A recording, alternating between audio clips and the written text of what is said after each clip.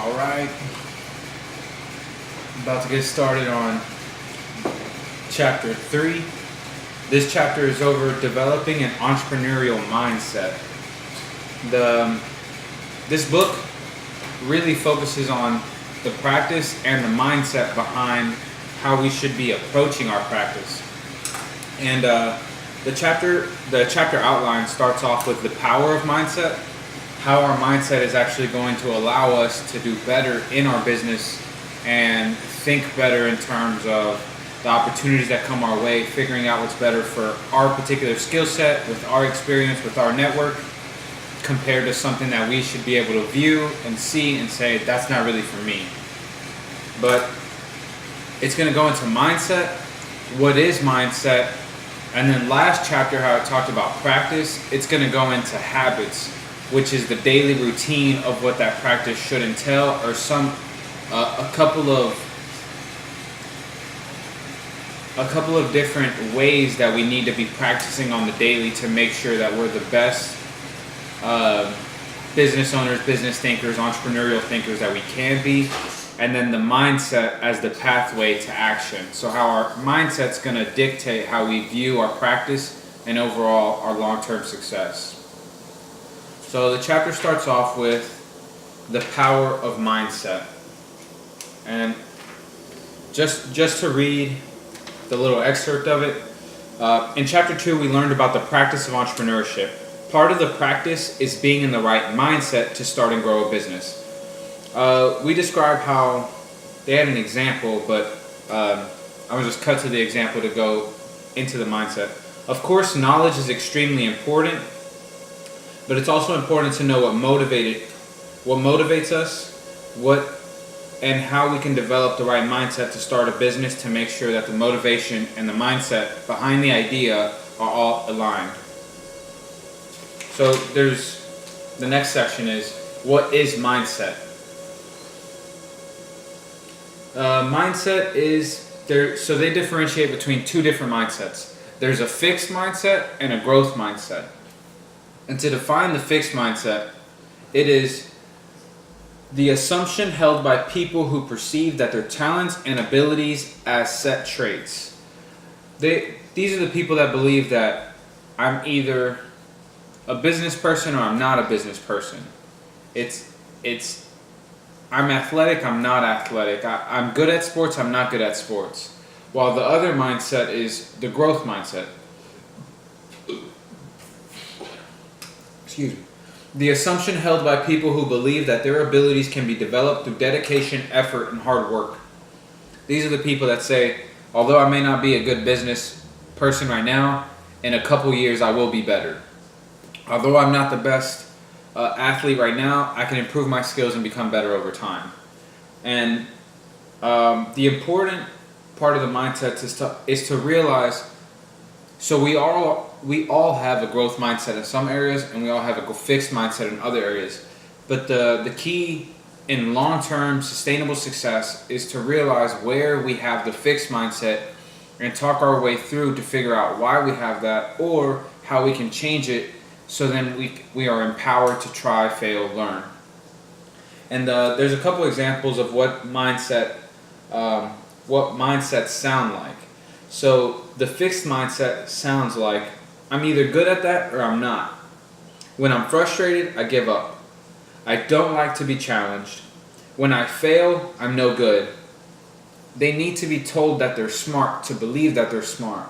Because if they're not smart in this particular time, they feel that they're never going to be smart. If you succeed, I feel threatened. There's only one or the other. Either you win and I lose, or I win and you lose. And then my abilities determine everything. So that's the fixed mindset.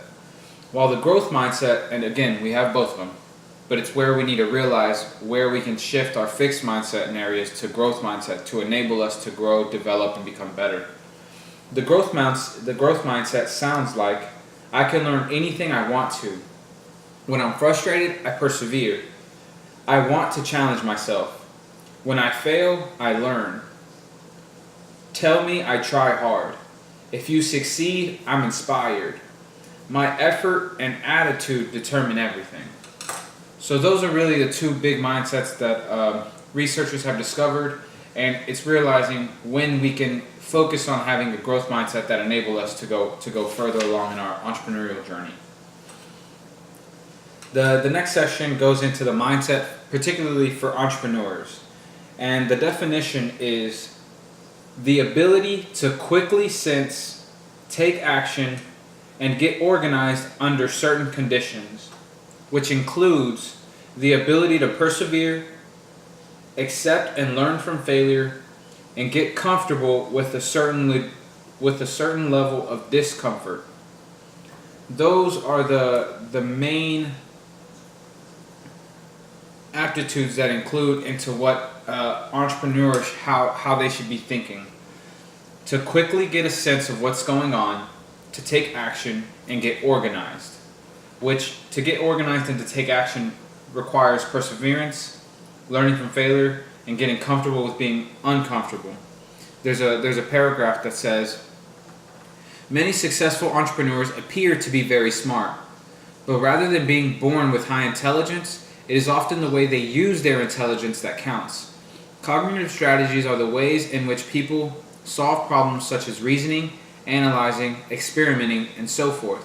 The entrepreneurial mindset involves employing numerous cognitive strategies to identify opportunities, consider alternatives, and take action. So it's really just being able, not how smart you are, but it's how you use what you know in certain circumstances that really dictates whether you're an effective entrepreneur or not an effective entrepreneur.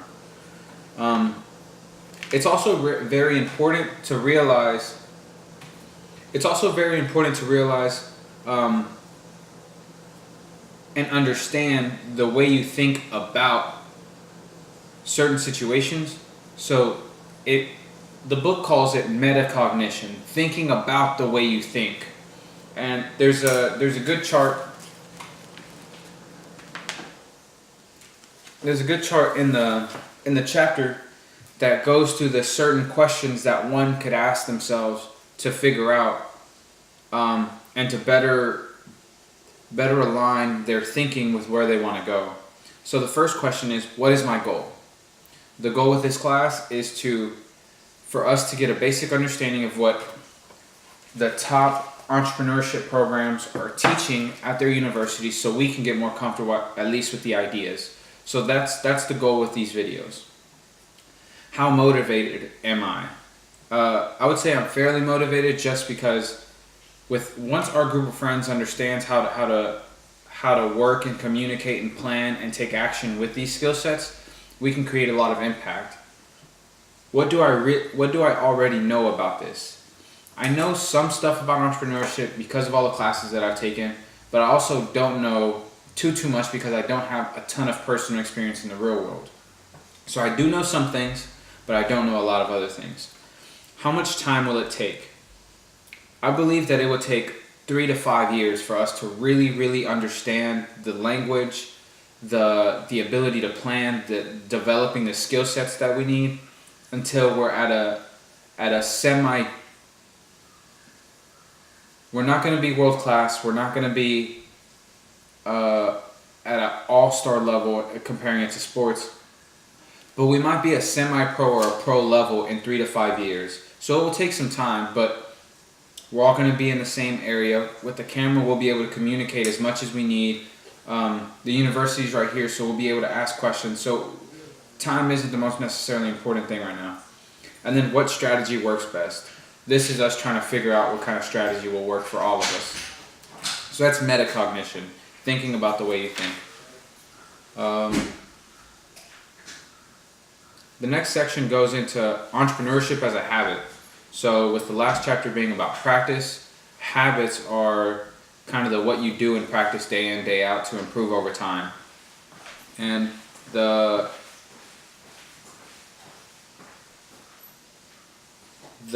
most important habit that the chapter goes into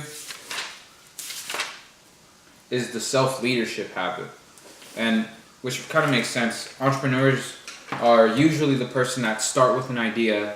They talk to their close group of friends, close group of associates, colleagues, just to at least get feedback on the idea, just to see where interest is, where other people can add value to the idea, what may be some problems that they didn't think of. But for the most part, it always relies on the entrepreneur themselves. So it makes sense that the first and most important habit is the self-leadership habit. The definition of it is a process whereby people can influence and control their own behavior, actions, and thinking to achieve the self-direction and self-motivation necessary to build their entrepreneurial business ventures. So the main points in that is controlling their behavior, actions, and thinking. The metacognition helps with the thinking, and the behaviors and actions, that's where the habit comes in. It's the daily practice of doing what your business venture, what your idea requires you and your team to do. The habit is divided into 5 different skill sets or ways of being able to communicate with yourself to make sure that you're heading in the right direction.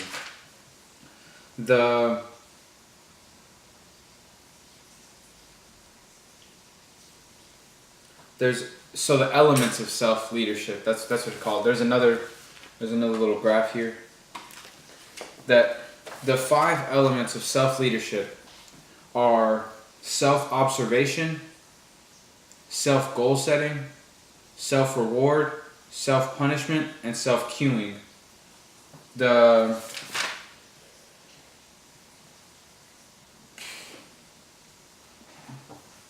Once we understand the 5 elements and are able to consistently make sure that we are doing what they require, and at least are able to see ourselves with a mind of what our goal settings are that we set for ourselves, the way we're rewarding ourselves, making sure that we observe ourselves doing the things that we want to do, and then we punish ourselves when we don't.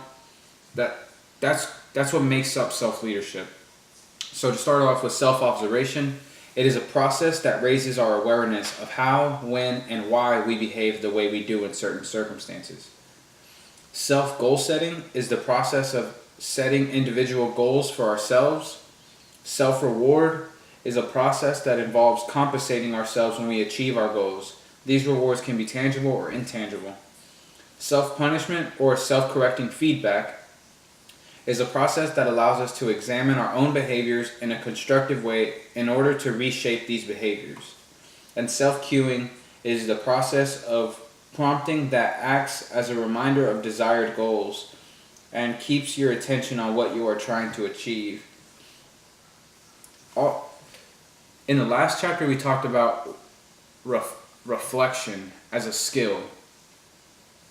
Self-leadership is the main element to reflection, because you constantly need to reflect on your goals, your rewards, self-correcting your actions to make sure that they're heading in the right direction. So it's really kind of keeping yourself in check.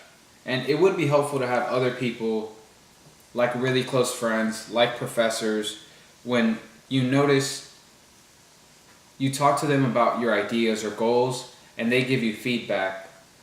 For example, this video, I sent y'all the first couple videos, and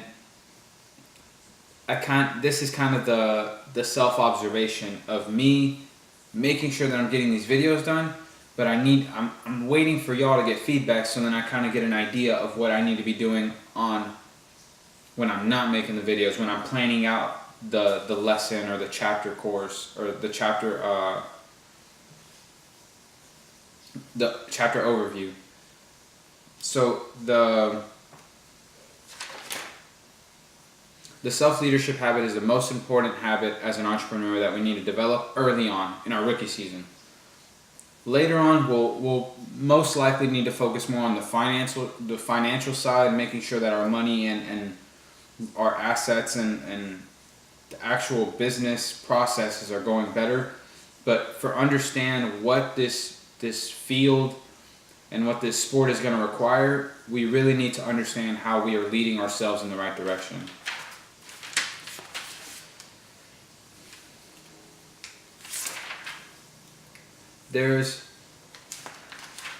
one of the next lessons goes into the creativity habit, but creativity is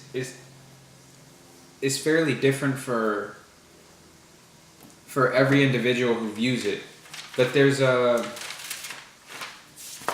chart that explains the variety of how different creative individuals can be. And some of the examples, I'm only going to list 4 or so, is creative individuals can be sometimes smart, but they'll also be naive. They can be disciplined, but they're also playful. They can be proud, but they'll also be humble. And they can be objective, but they can also be passionate. So we're not always in one mindset. We're not always in one particular way of thinking. When someone needs to run a meeting and needs to make sure that all the different departments are running and getting the numbers that they need, that's probably requiring a lot more discipline. But when we're trying to think of a new idea or a new product to sell or a new way to sell an idea, we probably need to be more playful. So it's understanding that we're not in one state of mind the entire time. It's being able to figure out when you need to have, another example is high energy, and when you need to just kind of be quiet and at rest.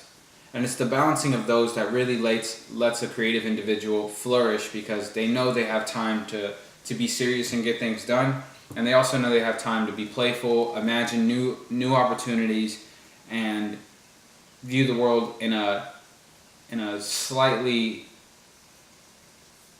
different way that then allows new opportunities to arise. The last part of the chapter goes into the mindset as the pathway to action. So to bring it all back together, mindset. We should have a growth mindset, especially during our rookie year. These are the first couple lessons. We need to figure out that we're going to be able to grow and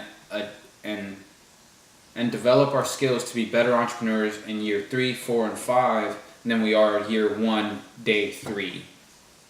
But right now, we may not be very comfortable running an entire project on our own, but the mindset is supposed to get us into a point where they have a scale where we should be able to agree that we are moving in the right direction, where we feel confident in our abilities to do and undertake our own projects. So some of the examples of statements that we should more along the lines be developing ourselves to agree with are: if someone opposes me, I can find the means and ways to get what I want.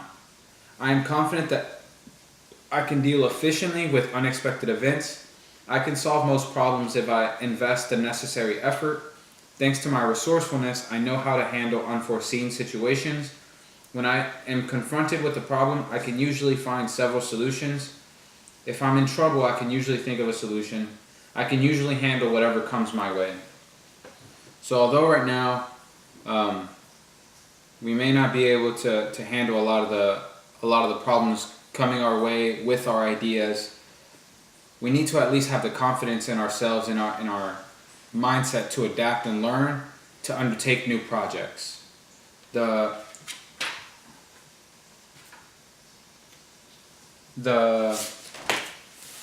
This course, this video, is wrapping up the first part of the book, which is the entrepreneurial lifestyle. And the entrepreneurial lifestyle is really made up of the history of entrepreneurship, to know what it is that has been going on and how we're going to start applying it in our lives. The second chapter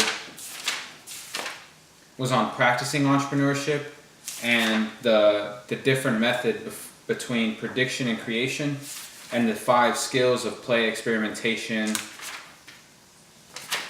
reflection.